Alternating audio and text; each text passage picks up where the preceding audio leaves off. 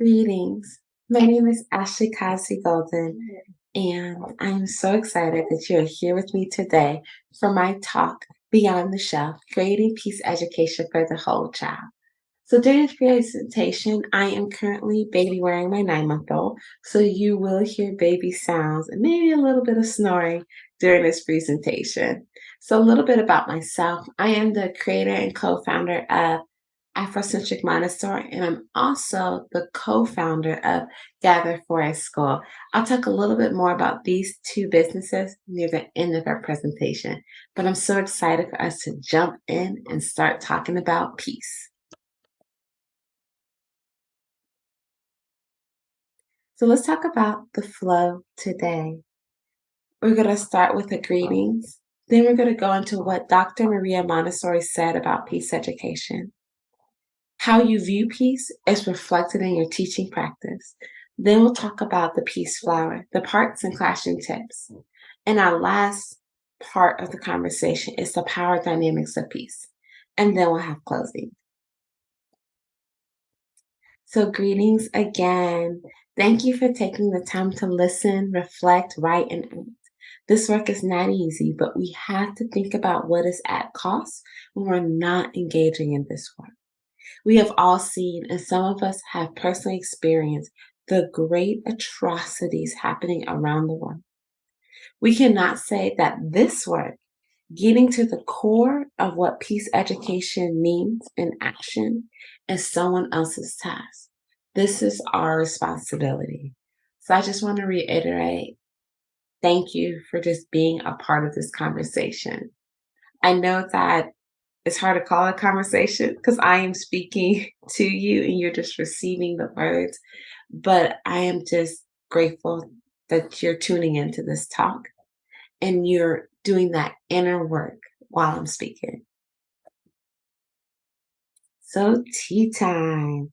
So, I do a lot of presentations and public speaking, and I always like to think about it from a holistic standpoint. Like I said before, it's almost like a sage on a stage, right?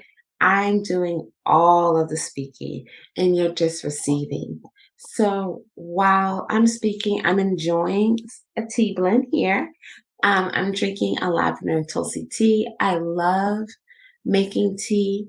Um, and especially during talks, I love to bring warm things in my body, especially as I'm giving out information. So I'm giving something out. I always like to be receiving something in, especially since I can't see your lovely faces while we're having this conversation. So my question to you is what warm things are you inviting to your body for this presentation? I'm a busy mama of two, so a lot of times when I'm listening to talks, I might be cooking, I might be caring for a baby, I'm moving. So if you are one of those individuals, I hope you are also just doing something warming. You might have warm socks on, or you might be cooking something warm, but just make sure you have something warm in your presence as you are listening. Okay, let's get started. So, I'm going to start with Dr. Maria Montessori's words to kick off our conversation about peace. But as the presentation go on, I just center Black voices because I think that's a very important part of the conversation when we're talking about peace. But for our foundational knowledge as we get started, I do want to build upon Dr. Maria Montessori's words and her work. So, an education capable of saving humanity is no small undertaking. It involves the spiritual development of man, the enhancement of his value as an individual, and the preparation of young people to understand the times in which they live. And that is a key phrasing of words. The preparation of young people to understand the times in which they live. And this is not for us to think about like how can we get them academically prepared to go to college or to be successful in a career in a capitalistic sense of thinking. like like I said earlier, look what's happening in the world. How are we as educators and guides helping children to understand the times in which they live? How are we doing that work? Are we shielding it from them? Because that's a personal choice. Or are we doing that hard work to, even if you have a 3-year-old, right? Doing that hard work of figuring out how can I really teach and guide my child to understand in the times we live? How can I help do the spiritual development of my child and enhance their value out of the context of capitalism? So I think we put a lot of context there. And when we think about why people love Montessori, why there's like a huge rush, especially in early childhood, it is the idea to set them up for the future so they can go to elite middle schools, high school, elite colleges. That's where the push is there. But we don't spend enough time talking about that spirit and talking about the value outside of the lens of capitalism.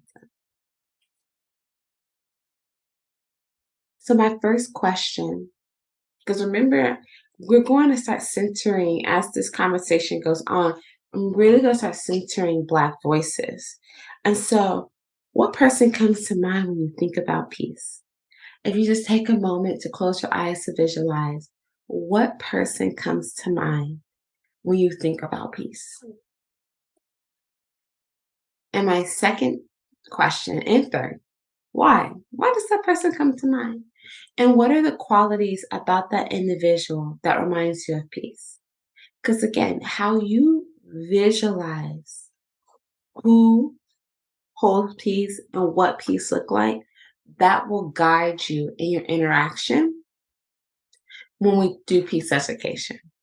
And the children who aligns closest to that vision will behave a certain way, and you also behave a certain way towards the children who are further away from that vision. And we all have our own vision of peace. We all have our own vision of who we see as peaceful and those qualities. So there's no right or wrong answer, but it's just a mental check-in for yourself of how do you see peace? Who do you envision holds peace in your mind? And what are those qualities? Because that is a great starting place for you to think about how can you expand what you see peace is. So let's talk about the Montessori peace flower. So when we talk about peace education, the flower is a great representation of it. And within these 4 petals, we're going to talk about self-awareness, community awareness, environmental awareness, and cultural awareness. So I will summarize the different petals for the peace flower in the 4 stages of awareness. And then we will get to the heart of the conversation, which is power. And that is typically not thought about when we talk about peace. We don't typically get to the power conversation, but we're going to get there today. So for our first petal, self-awareness, that means being aware of how one's thinking, feeling, and behaving. Being self aware is stay active. So, as guides, we are constantly doing Sankofa work. We are understanding the past. We're going back to fetch that past and we're bringing it forward. And so, I'm going to loop back Dr. Maria Montessori's quote that we started with when we are thinking about the preparation of the child, that spiritual development, and helping the child understand the times in which they live. We have to first understand the past to show what the future could be. And so we start with being mindful about our thoughts, our words, and action. But the key is we have to get to the action part. We can't just stay at our words. So let's talk about a classroom tip. So create a classroom culture where feelings are named. We as parents and guides, I'm going to also make sure I'm adding the language as parents, loved ones, guides, because we are all part of this conversation. We have to push past the language of that's not nice, that's unkind, or be a friend. We got to slow down the moment. We got to slow the movement down and pause and help students name the feeling that calls that action and or reaction? Was it pride, loneliness, envy, embarrassment, boredom, extreme happiness? Sometimes we can get so happy that we do cut someone off, or we do jump in line in front of someone, or we might forget a friend that we really do like playing with, but just out of the excitement of it all, we don't include them in the conversation or in the game. So we we need to slow down and name those emotion, because as we go to the other petals of the flower, self-awareness is the foundation, is the base. Because how you understand yourself and the different emotions you have and the different actions based on those emotions or reactions based on those emotions is truly how you engage in community. It will be how you engage with the environment. And it also will be how you engage with other cultures. So taking the time, and it's a lifelong practice, taking time to be self aware so you are not projecting on other people is critical. And it's not about perfectionism. Because again, as adults, if we could think about our own experiences as adults, we have projected on others and others have projected on us based on emotions and feelings in the moment. So this is work for the child, but it's also work for the adults. So now we're going to move back. Let me get a little sip of tea. Much better. Now we're going to move to community awareness.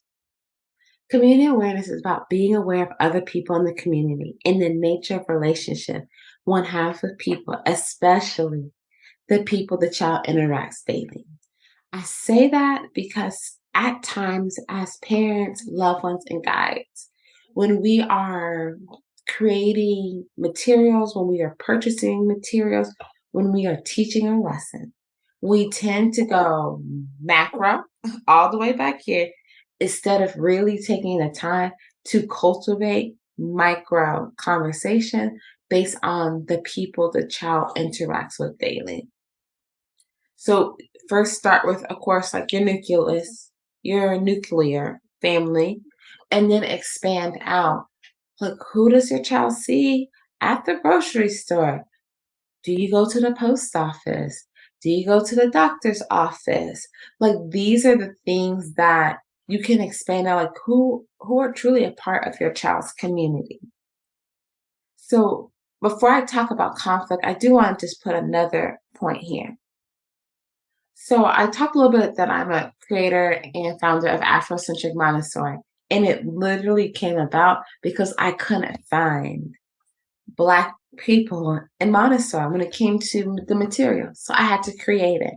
And this is one of the creations I had to do when we talk about people in the community. I couldn't find Black waiters and waitresses. I couldn't find Black doctors or scientists. I couldn't find Black postal workers.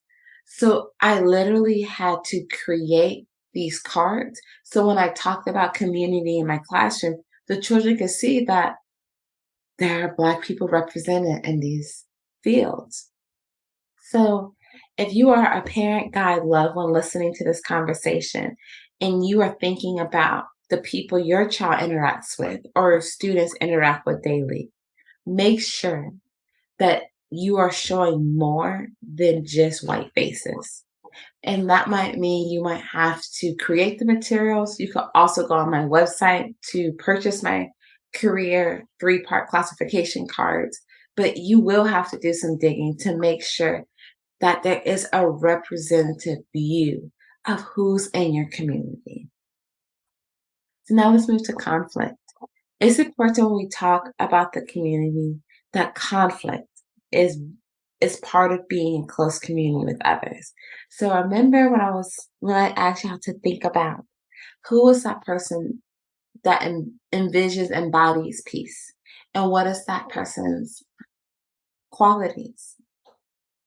So if the person you imagine or dreamed of is a person where you wanted attach conflict to, we need to work with conflict because conflict is part of being in relationship with others. And so, how we understand conflict and how we feel about conflict will come out in our teaching practice. So, the work of self awareness can't be skipped because it literally fuels the interactions that we have with each other within community.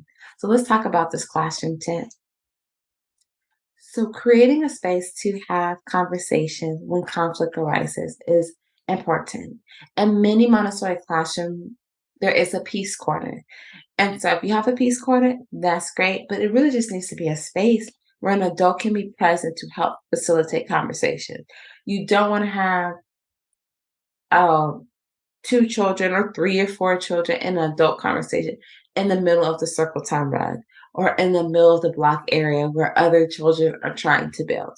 So you want to make sure it's to the side or in a separate space so the other children can continue their work and then you as a guide and the adult can have this conversation. Remember, I talked about slowing that movement down, slowing the moment down.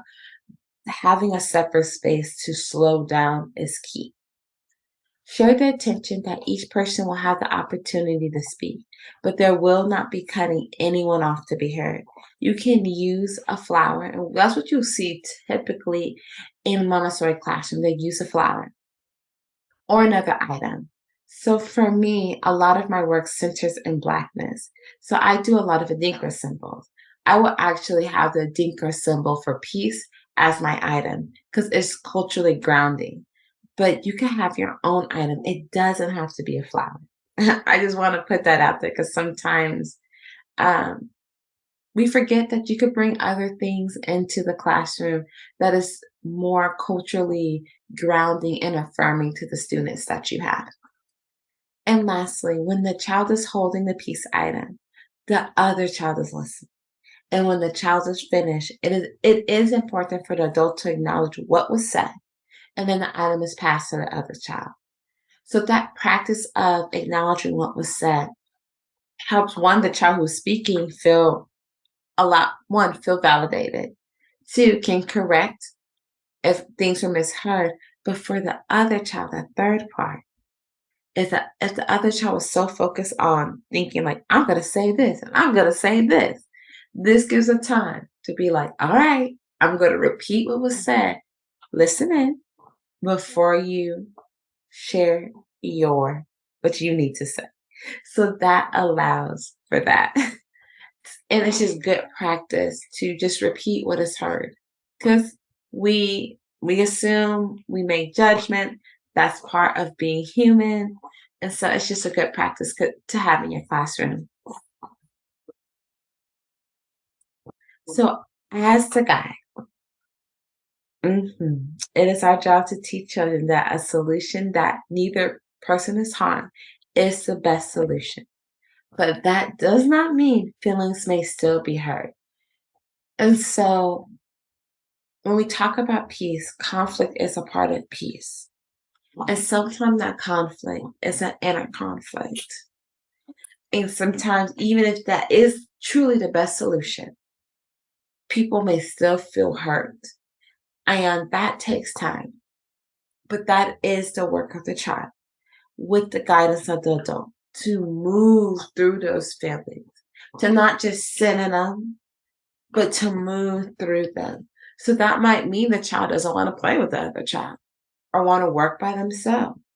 But as the child is moving, because remember, I'm going to bring it back to that self awareness piece.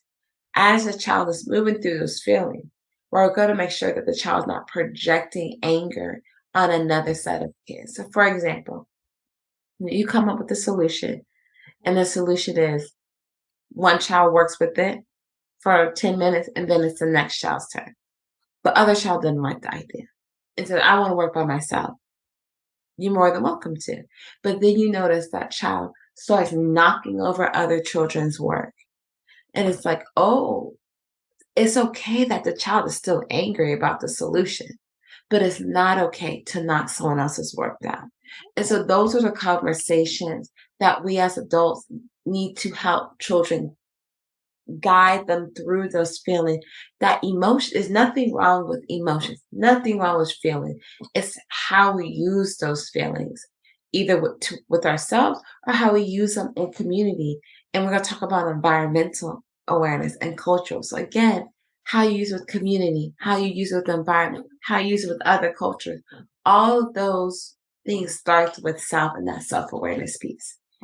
And so a great tip is to build out that library. Select books where there is conflict and build in time during your read aloud session for your students to problem solve as a class. Because you might notice this in your classroom that there are some children who are in constant conflict. And there may be some children in your class where you have to sit and think about, I don't think they ever been to the Peace Corner, or I don't think they ever, like, I had to help guide any conversation. As a teacher, your antenna should be like going up, because that doesn't mean that the child doesn't have conflict. Like, there might be something or a lot of things going on internally that's happening. So when you're able to problem solve as a whole class, it gives all children in the classroom time to listen, wonder, problem solve, and shift their perspectives.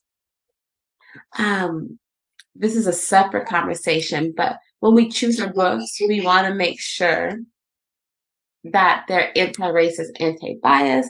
We also want to make sure who are the main characters in the story and what is going on with those characters. I That's a whole separate conversation.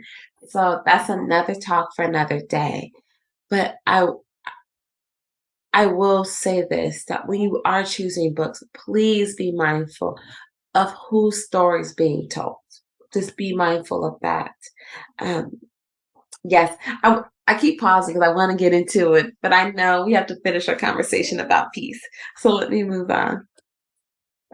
So I do have a linked book list called Books for Peace, an annotated bibliography from American Montessori Society from the Montessori Life magazine. And this was a list put together in 2016. And so this book list has books from early childhood all the way to adults.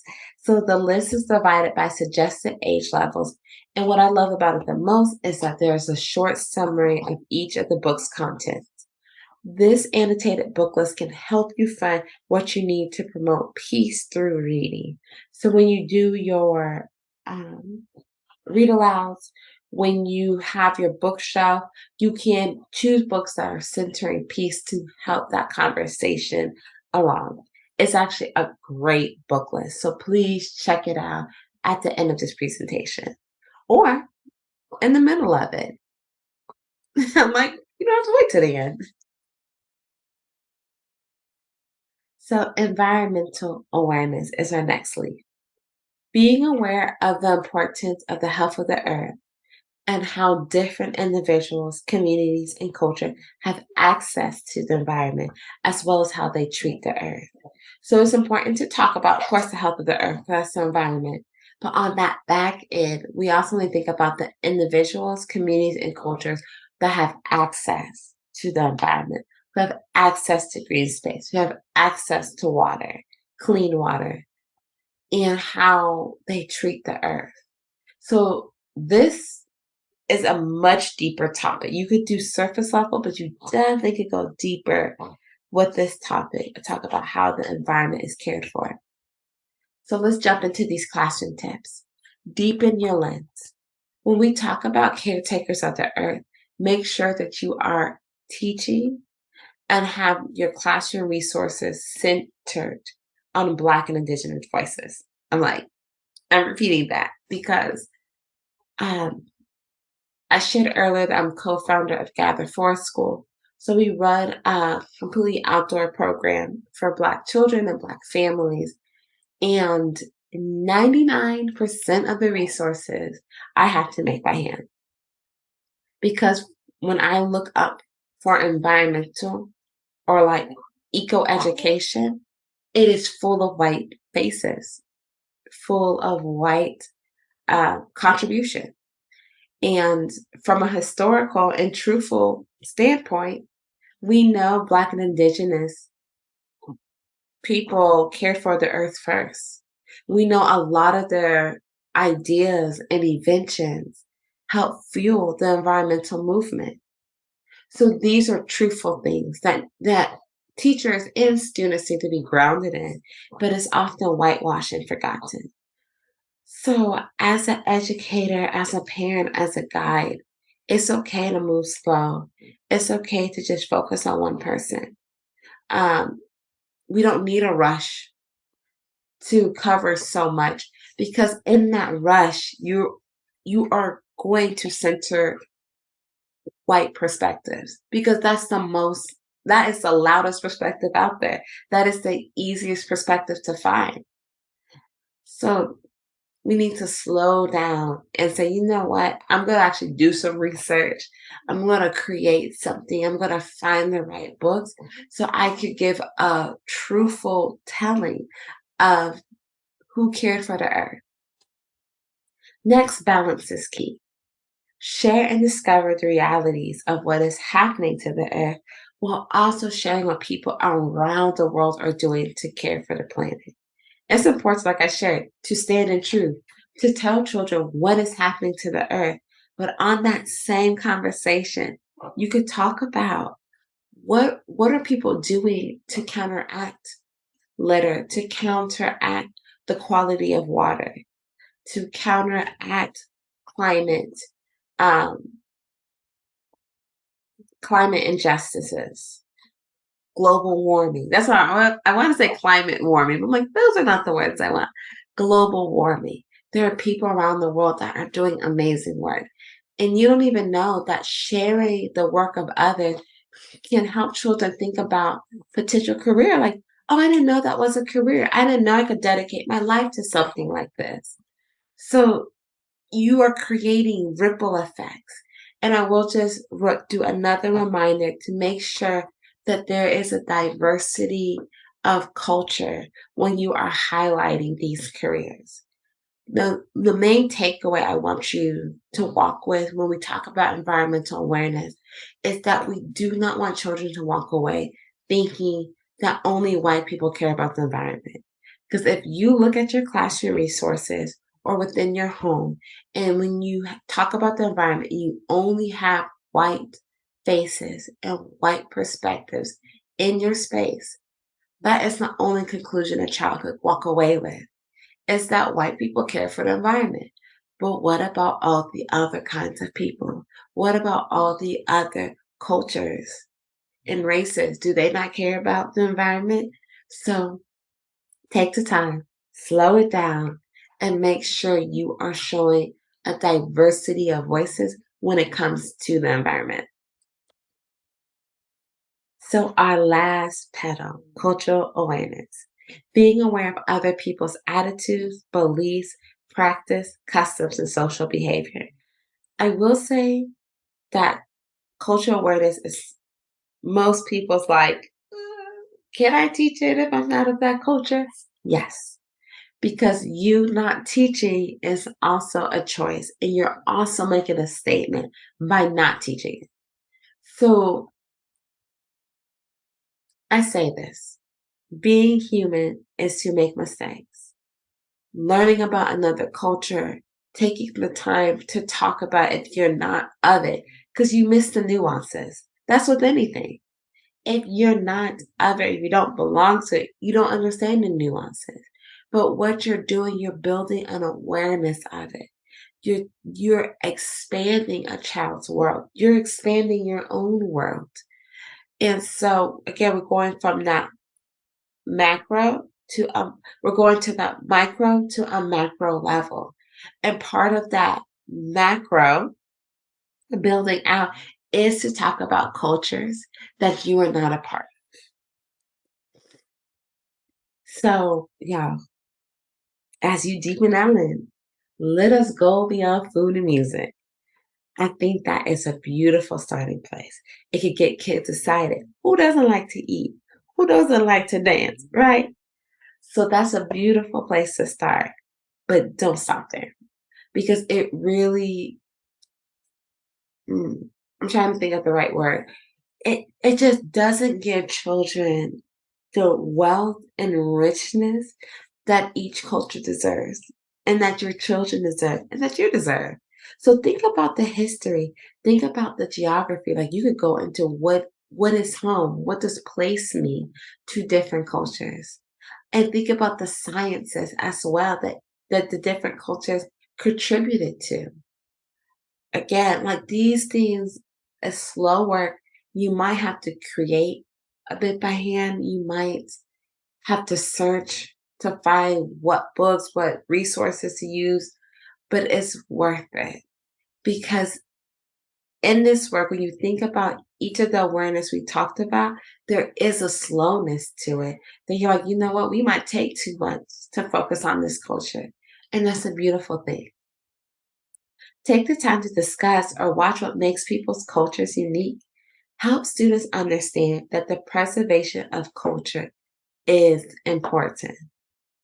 Cultures want to preserve because that's history, that's memories. So cultures want to preserve that. So just as you are taking the time to teach it, there is importance in that, and including children in that conversation of why we're moving slow is because the preservation of culture is important, and we don't want to rush through it.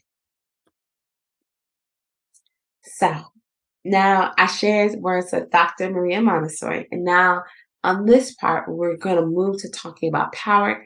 I'm going to center Black voices. So I'm going to bring a quote by Malcolm X that I actually use. That is my lens that I use when I am looking at any history, when I'm building out any curriculum. Truth is on the side of the oppressed. You don't need anything else. And so I pull from only voices that are considered the global majority, Black voices, and those who are considered oppressed. That's where I start my research. And then I will go outward to gain more knowledge, to get more clarity around the nuances. But I start right there, like Malcolm X said, truth is on the side of the oppressed. You don't need anything else. So let's talk about power. So I'm going to use a quote from Akia Gross. And Akia created Woke Kindergarten. If you're not familiar with Woke Kindergarten, please check out Akia's work. I use it constantly when I am thinking about my early childhood curriculum, when I'm thinking about what I want to bring to the classroom. I also use it when I'm doing talks with adults. And so let's get into the power because if we have peace, we also got to talk about those power dynamics. Power is a force that creates ability or makes us able to do something. Power can be used and experienced in different ways. And so IKEA breaks down power to internal and external. When we were talking about the peace flower and all the things about awareness, that is internal. Power inside our hearts, minds, and bodies. This power cannot be taken away. So that's why I say we need to move slow when we're helping children with self-awareness, community awareness, environmental awareness, cultural awareness. We move slow because we are building that up. We're building that power up because it can't be taken away. What we don't spend enough time talking about is that external power, power we have outside of our hearts, minds, and bodies. This kind of power can be given or taken away. So we have to talk about power when we talk about peace because power can either help or hurt others. We can use power to promote the mission of peace or destroy peace for others, and we have seen that. We have seen what countries have done. We can even bring it again to a micro, what we have done as well to disrupt other people's peace. And we need to think about that, especially when we are talking about Black people and other members of the global majority. So, when we are working on that internal power, we are teaching children about these different awareness, talking about peace. As educators, as parents and guides, we also remember taking the past, bringing it forward, but also our current reality is anti Black. We live in an anti Black world. And it's not so much where you need to bring a hammer down to children. I'm not saying that.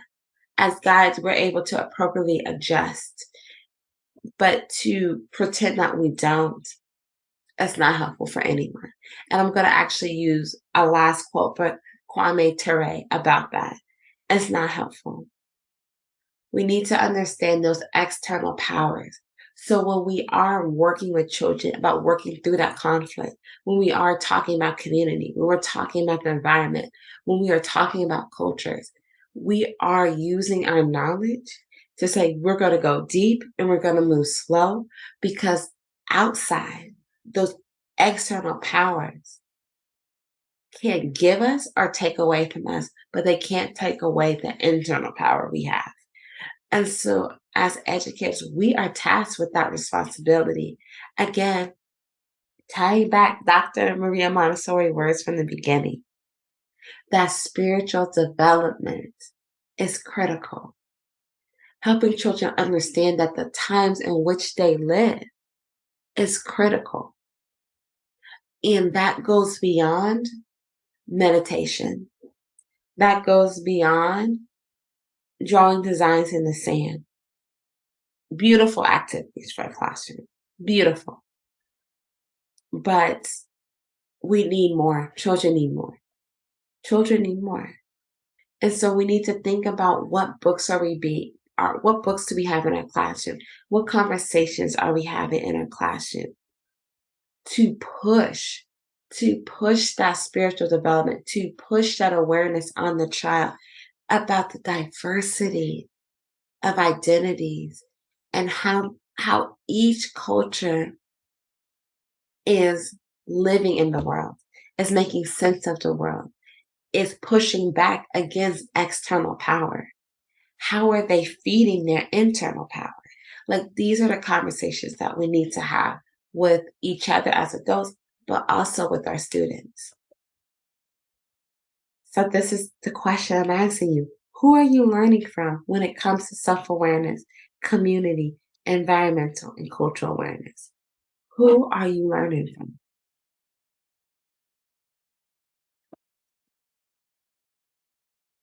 And so I'm going to end on this quote by Kwame Ture.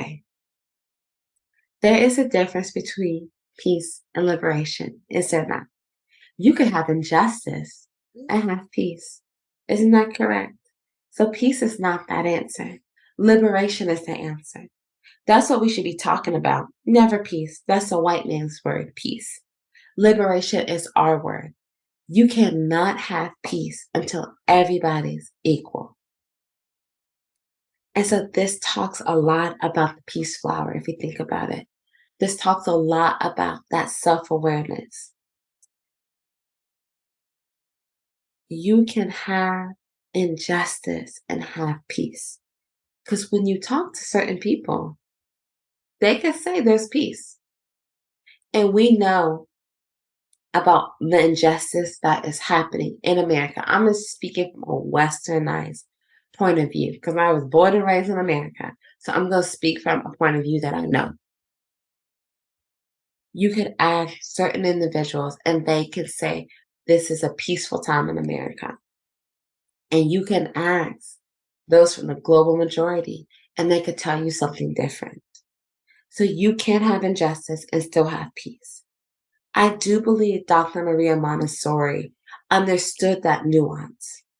I do believe peace is a co-opted word now. When you think about peace, you do think about meditation, yoga.